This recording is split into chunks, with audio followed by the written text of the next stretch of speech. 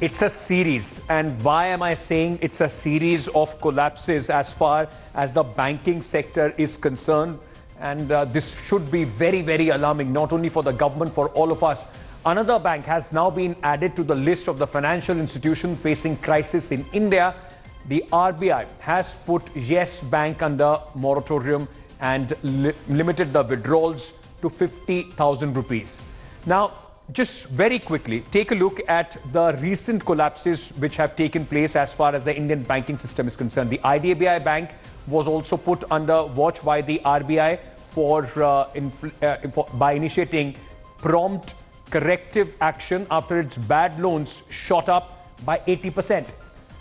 Now, coming to non-banking financial institutions, the IL&FS, popularly known as Indian Lehman Brothers crisis in September 2018, failed repayments of, and just hold your breath, to the tune of 12,000 crore rupees. In November 2019, DHFL was sent for bankruptcy proceedings to resolve credit crisis. It was the first financial sector player being sent to the bankruptcy. And two bank frauds have also made the headlines in the last 2 years. The PMC Bank fraud worth 6,670 crore rupees in September 2019, and then the PNB Bank scam worth 11,356 crore rupees. Major crisis underlining the Indian banking sector. What are the reasons? Before we go into that, let's tell you the story of the recent crisis. A major crisis has hit yet another financial institution. This time it is the Yes Bank. The Reserve Bank of India has put Yes Bank under moratorium and limited the withdrawals to 50,000 rupees. Finance Minister Nirmala Sitharaman allayed fears of customers, assuring them they have no reason to worry and their money is safe. Further, Nirmala Sitharaman added she is confident that the RBI will resolve the crisis soon. The Finance Minister met SBI chief in the Parliament today. SBI-led consortium is likely to buy stake in Yes Bank. RBI Governor Shaktikanta has said the Reserve Bank will come up with a scheme within 30 days to revive the Yes Bank. The sudden announcement by the RBI triggered panic as depositors rushed to withdraw money. Depositors queued up in multiple cities, including Ahmedabad, Bengaluru, Lucknow, Jammu and Surat. In Mumbai, cops were deployed to control the overcrowding at the ATMs. In Delhi as well, traders protested against the Yes Bank crisis. Since 2017, the Reserve Bank has been continuously, closely monitoring. And I can speak for May 2019 onwards, where I have been directly involved in also closely working together with the Reserve Bank on this matter. So let me assure people that the government has, together with the Reserve Bank, continuously monitoring this matter. Since 2017, the Reserve Bank closely started monitoring and scrutinizing the Yes Bank, and noticed that the governance issues were of serious concern, that there was definitely weak compliance, and the culture itself was of weak compliance. And then there were also wrong asset classifications together with risky credit decisions. The promoter who was asked to let go his shares had asked for more time. RBI was not willing to give, and as a result, he had to be compelled to let go his shares too. In the meanwhile, investigative agencies also saw malpractices of some of their chairmen and of that order people, and that is why one of their top executives, CBI, came into picture and started taking action.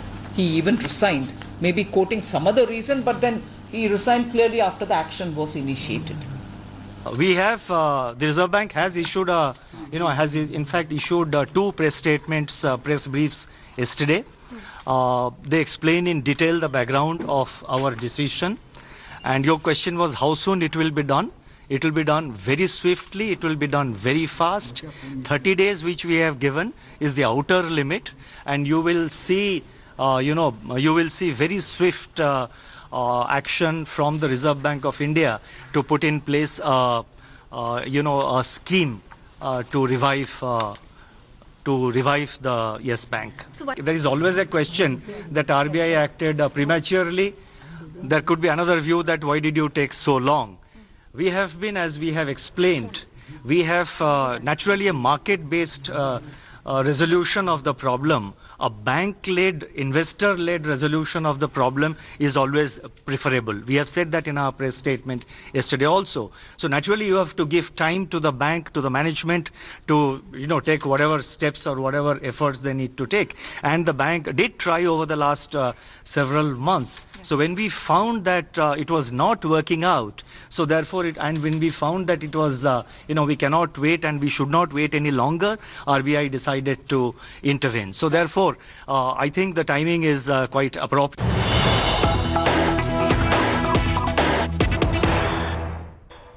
All right, breaking news coming in after Finance Minister Nirmala Sitharaman blamed UPA for the banking mess. Former Finance Minister P. Chidambaram has responded. Chidambaram in a tweet has said, and I quote, "Listen to FM's address to the media. It's obvious the crisis has been in the making since 2017 and the government did practically nothing except talk to the RBI. What is the government doing today? Is the government not merging weak public sector banks with stronger public sector banks?" Naturally, FM blamed the legacy of UPA, she will say, for the rest of the tenure of the BJP government. Rahul Srivastav, National Affairs Editor, India Today, with us in the studio. Rahul, one question that not only Mr. P. Chidambaram, but a lot of people are asking, it's been 6 years of the NDA government, of the BJP government. Will the finance minister keep going back and only blaming the former finance minister for it? Or will they also show the steps that have been taken to, in fact, get the country out of this banking mess? Ankit, I think it's the story of being a victim and the legacy issue has become too repetitive, has persisted too long. There have been too many queues, Ankit. Too many queues, too many tears. You have demonetization. You've got 3-4 months of queues in front of banks. Anxiety among people who have invested their own money. The currency notes say that I promise to pay the bearer the sum. The people have very little faith left in the systems now. Okay. You have got the PMC bank tears. You have got the S bank tears now. It's a contract between the depositors and the. How can the finance minister say that it was a legacy issue? The public is interested. What did you do? Absolutely. Now there are various reasons that why the Yes Bank has gone down. Very bad loans. Loans given to, I'll tell you, ILFS down, Diwan Housing down, Jet Airways down, Cox and Kings down, Cafe Coffee Day down, Anil Ambani reduced to zero, Vodafone. These are the people who have borrowed, and this is what the mechanism of supervision is, that RBI is not being given powers. Rahul, we'll talk in detail. We'll talk in detail about the factors, the regulatory failures, and what was the legacy issue. What could this government would have done? We'll talk about that in detail. But the real story, and sadly so, is of the people who have accounts, bank accounts, saving bank accounts, current accounts in the Yes Bank. Depositors are queuing up outside branches. There is absolutely zero faith right now, possibly at its minimal, the lowest as far as the banking sector of the country is concerned. Take a look at people like you and I, those who have put their money in the Yes Bank and today are questioning their decision. 20-25 रोज पहले और 1 महीना पहले भी आई थी, तब मैंने बोला कि भाई ऐसी अफवाह आई है, और मैं रोज देखती हूँ कि बैंक की जो शेयर बाजार है वो डाउन हो रहा है, तो मुझे थोड़ा उठा लेना था कि बोला आंटी मत चिंता करो, कुछ नहीं होगा, ये शेयर बाजार चाहे कितना भी कम हो जावे मगर ये आपको तो यहाँ से पैसा मिल जाएगा। कैसे मैनेज करेंगे? कितनी टेंशन हो रही है? टेंशन तो बहुत हो रही है, और बच्चे पहले मना कर रहे थे कि मत खोल मत खोल।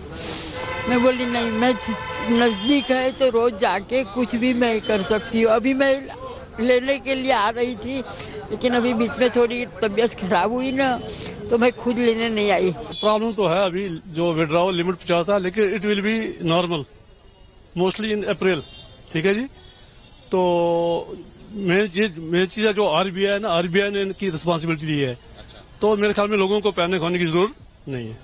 कोई चिंता है आपके मन में? मेरे मन में कोई चिंता नहीं है, मेरा भी इधर एफडी है क्या, मेरे को कोई चिंता नहीं है। अभी तो शादियों का सीजन अभी नेक्स्ट मंथ से शुरू होना है, लोगों को पैसे चाहिए हैं, एडवांस देना है, बहुत कुछ काम करने हैं, तो इसलिए 50,000 रुपये जो है ये लिमिट एटलीस्ट कम से कम जो 5 से 10 लाख होनी चाहिए।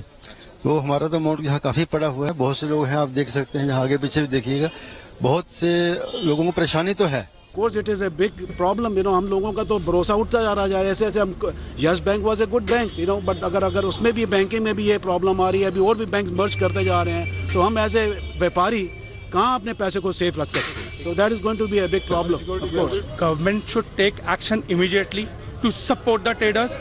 Basically, this bank is helping the traders, and traders' help has totally been stopped by the bank, which is wrong. And government should help us immediately. It should be SOS to government. This is the time when we have to get admission to next session for our kids. So those who have a salary account in the banks, so it's definitely a shock news for them, and it's definitely I hope कि RBI फटाफट इनके लिए कुछ कदम निकाले और सब चीज़ें ease हो, स्मूथ आउट हो। हमारा इसमें सैलरी अकाउंट है, कल ही अभी सैलरी हमारी आई है इस अकाउंट में, वही निकालना चाह रहे हैं, खर्चे के लिए निकल ही नहीं रहा है अभी पैसा। अब बैंक वाले अभी कह रहे हैं निकलेगा आपका 50,000 से नीचे है तो निकल जाएगा आपका पैसा। RBI ने 1 महीना कहा है, लेकिन लोगों के पास छोटे मोटे लोग जो इनके पास पेशेंस नहीं है ना, उनका वही है, छोटी मोटी डिपॉजिट वही उनका सब कुछ है। इसके लिए अभी RBI के ऊपर विश्वास रखने का कि बैंक के मैनेजमेंट के ऊपर तो विश्वास है ही नहीं। अभी बैंक के मैनेजमेंट ने जिसको भी लोन दिया है बड़े बड़े लोगों को, इसमें जो भी क्या घपला किया है, क्या कुछ किया है, वो पता नहीं चलता है कि हम जाए तो जाए कहाँ। गवर्नमेंट कुछ सोल्यूशन निकाले हमारे लिए। All right, joining me now are my colleagues Vidya and Aishwarya, joining us from Mumbai and Delhi. We'll also get you some expert voices to try and understand, in fact, what is the issue? Why is it that the banks right now are facing these crises? But before I do that, I very quickly want to go to Vidya first. In Mumbai, Vidya, after PMC, there are people now queuing up outside the Yes Bank ATMs. The crisis and the confidence right now at the lowest as far as the people in Mumbai are concerned.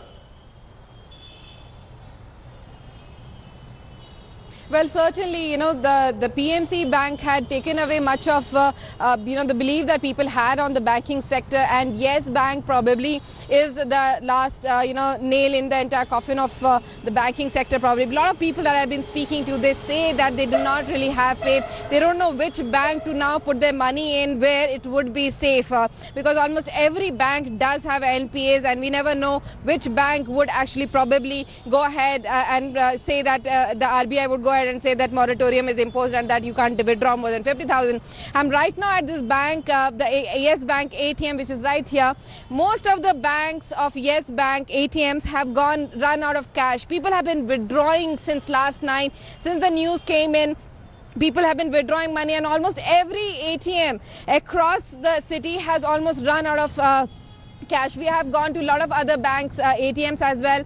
Most of the people coming here are actually inquiring, and we spoke to the bank people here, and they said they generally close by 3:30, but in spite of the fact that because there was a huge crowd, they kept their banks open till 4:30 to see to it whatever people had that could be dealt with the issues that they had. But certainly the issue remains that people really do want their money back. They really do not want to believe that at some point Yes Bank would resurrect, probably a month or so from now, as the government is right now assuring. But right now they do want their money back, and that's the reason why there are huge queues right outside the ATMs. Right now most of the ATM centers have run out of cash. That's the reality, and which is the reason why has been reporting for quite some time now. It happened with the PMC, and we saw the depositors. Aishwarya, in Delhi as well, a lot of our colleagues also have their accounts in Yes Bank. People are panicking. With Finance Minister coming out and after a press conference, is that some sort of assuaging of their fears, calming the nerves down, or does it remain the same? Since yesterday, we have only been seeing queues after queues outside Yes Bank.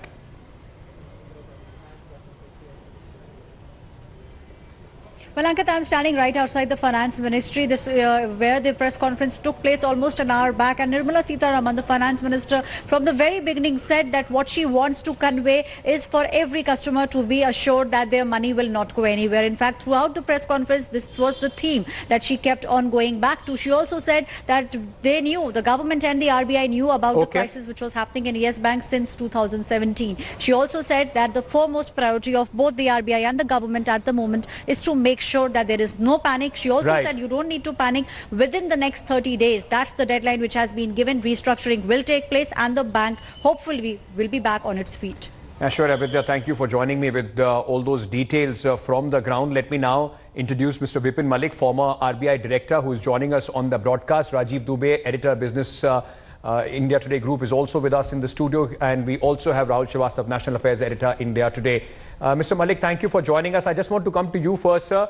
One question that a lot of people are asking: why is it that the regulators step in only after there is a bank which is on the brink of collapse or already collapsing? Is there, should it be called as a failure of the regulator, specifically the RBI?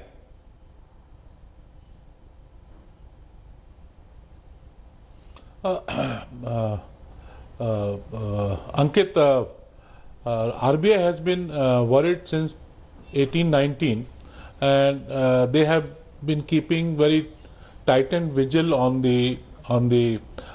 this Yes Bank.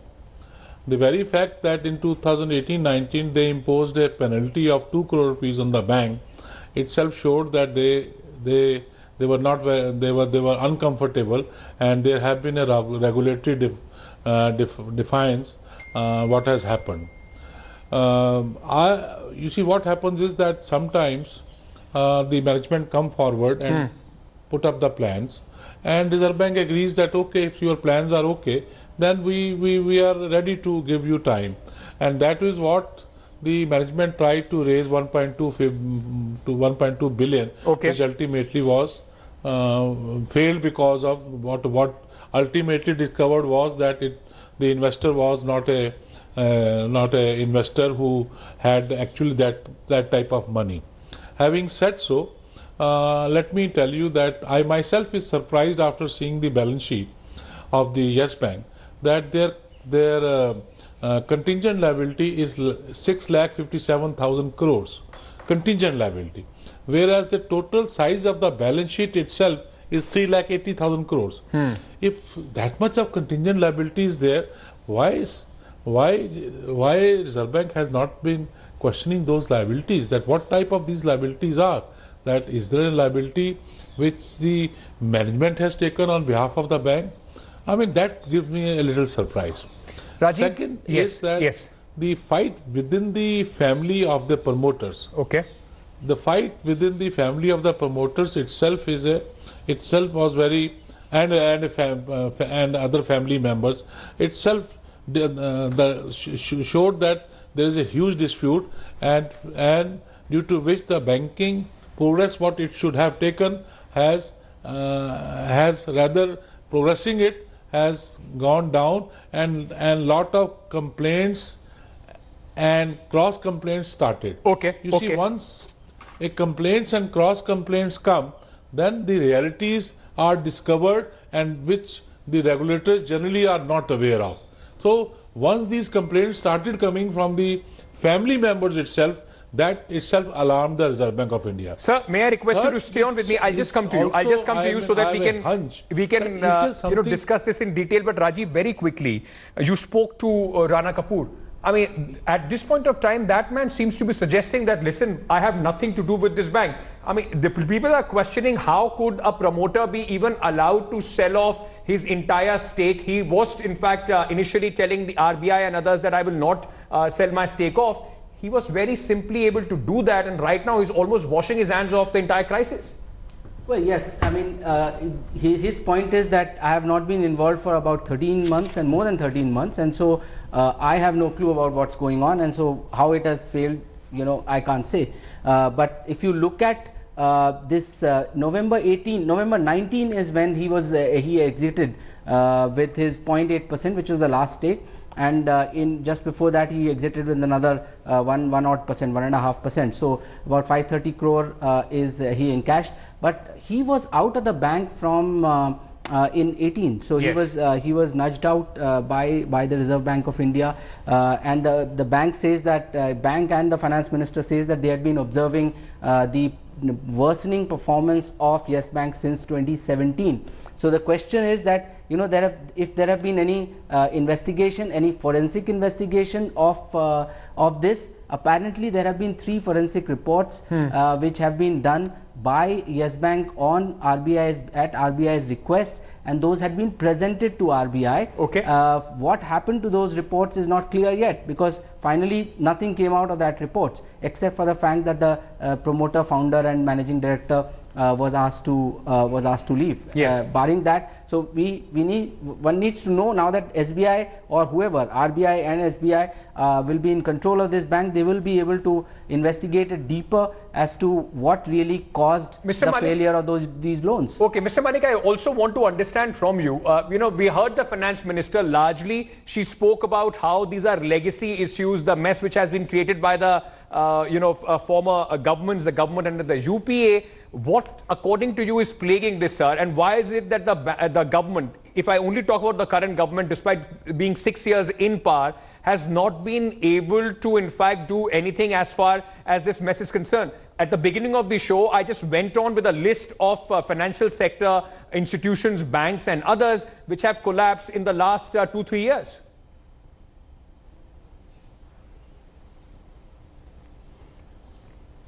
You see, I don't know, but as one of the speaker was saying that there is a forensic report done by some auditors, and the finance minister must have seen that report, and based on that report, that is not to my knowledge what exactly it has come out of that. But my feeling is that there has definitely been a questionable related party transactions. Those questionable related party transactions must be done by the management, and that has been discovered only because of the dispute within the shareholders and the family members.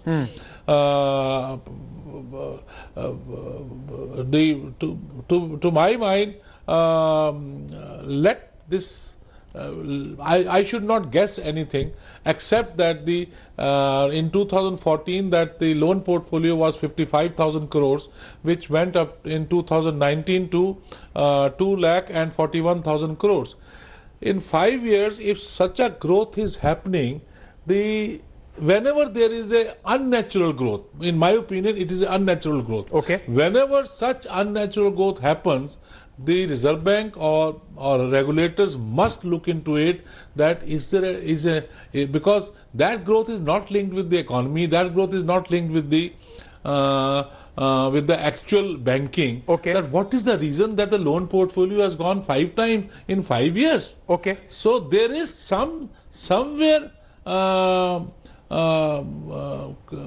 of supervision, possibly. I think regulator should come forward. That possibly yes. Rajiv, you want possibly to make a point? Yes. I am not.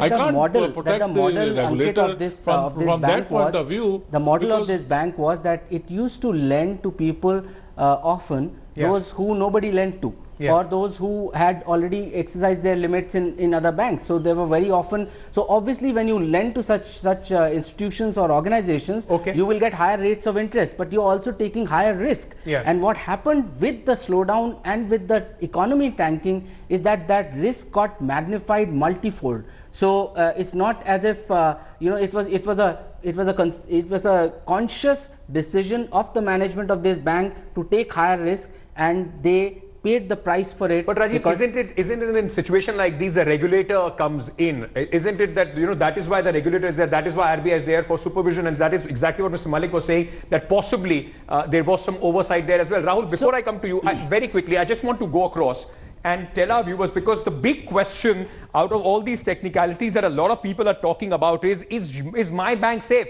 Now, there is every person right now talking about the fact whether his or her deposit in the various banks are safe. One institution after another is falling amidst this crisis. Should you be worried about your bank? Let's very quickly clear the clutter and give you a sense of what should be the health parameter as far as your bank is concerned. Bank's health is measured by MCAP ratio or the market capitalization ratio. So what is MCAP ratio? Technically speaking, it is the deposit of a bank divided by the value of the company, sort of an equation. Now, doing this, gives you a certain value. If the number of your bank, if the number of that value for your bank is 2.5, then your bank, or less than that, your bank is healthy. 4 is risky. Very quickly, for viewers, those who are tuning in right now, let me just tell you where possibly your bank stands. We have created a list, and these are the few financial institutions and their MCAP value. Kotak Mahindra Bank Limited at this point of time 0.83. It's in green. HDFC Bank 1.43. RBL Bank Limited 2.23. This is as of 2019. ICICI Bank 2.34. IndusInd Bank 2.36. Axis Bank 2.55. Federal Bank, and now with till Axis Bank, it was all which are under the green zone, safe zone. Federal Bank, the MCAP ratio is 6.16. Yes Bank, which the RBI has now overtaken, the moratorium has been issued for that, 8.96 as of 2019. Karur Vysya Bank Limited 10.92. Another high risk bank, Karnataka Bank Limited 23.34. Dhanlakshmi Bank Limited 25.94. And South Indian Bank Limited 34.74. Hopefully this gives you a sense of where your deposits are and what in fact is the equation that will determine whether your bank is healthy or not. Rahul Srivastava, very quickly, in a situation like this, when the finance minister comes in, and like we tried to simplify it for our viewers, a lot of people right now feel they don't feel that the government has done enough. The investor depositor sentiment possibly is at its lowest. Where is the government failing right now in trying to make sure that these fears are cleared? I think, Ankit, the government is caught creating those large Kodak moments more than actually getting down, understanding what is the misery of a person who stands in front of a bank at midnight with his deposits of his lifelong deposits threatened. I think that pain and misery has to be understood, and rules have to be created from there on. You see, the government for years does not release the list and the names of the big-time defaulters. It is only those who have been declared at some level, some get through clandestine levels. The banking system is rampantly corrupt, Ankit. This bank was lending to the most non-viable entities, and people are paying for it. PMC Bank, PNB is a fraud which is clearly in PMC, Ankit. Top RBI sources told me 2 account sheets were balance sheets were maintained and given to the auditor, to the RBI for audit and supervision. One was which had the real loans which were turning and given to big entities, and one was only a fake entity which was created. This is the level at which the banks and bankers are operating. The government needs to take the gloves off. Otherwise, these queues and tears are going to cost them politically. All right, and that possibly is where it starts hurting. But Mr. Malik, what is it, as if I am, I have an account, we just went through the MCAP rating of most of these banks. What would you tell a common depositor? Should he be worried? And what are the underlying things that the government can do so that the banking sector, which is now facing a confidence crisis, comes out of it?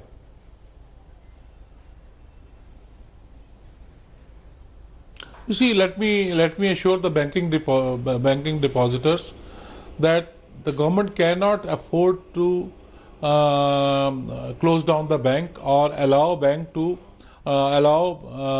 depositors to take away some percentage of the deposit. Though, let me also warn you that late respected Mr. Arun Jaitley in the Parliament House, while making a speech in the budget or probably in response to the budget, have said that some banks have overworked in their balance sheet. Okay. And possibility of depositors being affected by some percentage of write-off is there, but till date no such proposal or any regulatory framework has been made. But that he gave the warning. That warning remains still in the Parliament record. Having said so, no banking institution or no government can afford that depositors which are, I mean, I'm not talking about the bulk depositors.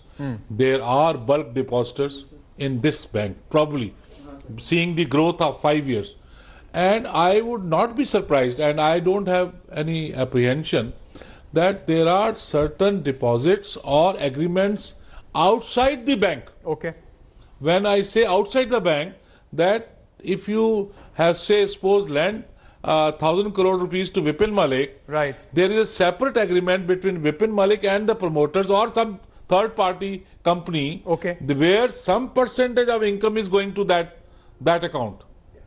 You followed? Right, so right. That will only be discovered once that report which auditors have done, if they have it, if it is there. But that is my apprehension. I am not saying that is true. So with Rajiv, this caution, yes, I am saying that if there are such bulk depositors who are bogus depositors, then yes, those bulk depositors and shadow depositors have to take the brunt. Okay. But I am not Rajiv, talking about those Rajiv, depositors who are genuine and who has short on time, given an actual and they are small what depositors. would stop, like for me, to question whether my deposit is safe right now? We are going through a bad time as far as the economy is concerned, GDP tanking, a lot of questions being asked of the government. Why should the people have any confidence in the banking system right now? So one is of course the assurance of the finance minister saying I will not let an institution go down, not just this, even in the future. The second is that one of the biggest fears right now was whether this deposit insurance bill, because it's only effective from 1st of April, when it allows you to get about 5 lakh of insurance. Today, if it had shut down Yes Bank, the depositor would have got only 1 lakh rupees. So that was the biggest fear as far as the depositors were concerned. Okay. But surely, I mean, if the finance minister of the country is saying I will not let the institution shut down, not just this, but yes, also in the future, yes, then you have to take her word for that.